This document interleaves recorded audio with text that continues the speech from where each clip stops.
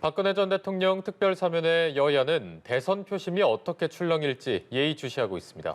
전문가들은 여야의 지지층 모두에게 긍정적, 부정적 영향을 동시에 미칠 것으로 내다봤습니다. 백기현 기자가 보도합니다. 성탄절을 하루 앞두고 나온 박근혜 전 대통령 특별사면. 75일 앞으로 다가온 대선 판도를 요동치게 할 중대 변수로 떠올랐습니다.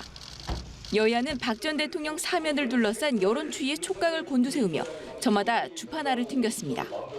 민주당에서는 우선 촛불 민심에 어떤 영향을 미칠지 주목했습니다. 올해 초 이낙연 전 대표가 사면론을 꺼냈다가 큰 타격을 입었다는 점을 상기한다면 적잖은 지지층 이탈이 발생할 수도 있는 상황. 민주당은 사면을 두고 당청 간 교감이 없었다는 점을 부각시켰고 이재명 후보는 역사의 법정은 계속된다며 지지층 달래기에 나섰습니다. 하지만 중도층 표심 끌어안기에는 호재라는 분석도 나옵니다.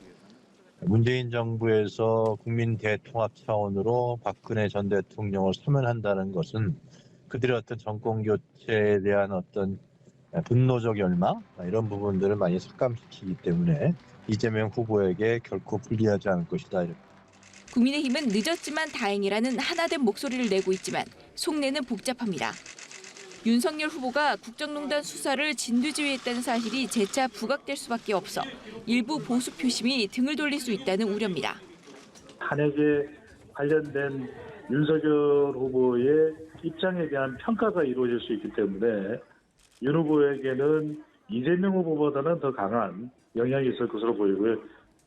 또 이명박 전 대통령은 사면 대상에서 제외됨에 따라 옛 친박계와 친이계로 나뉘어 적전 분열할 가능성도 제기돼 문 대통령이 사실상 대선에 개입한 것이라는 목소리도 나왔습니다.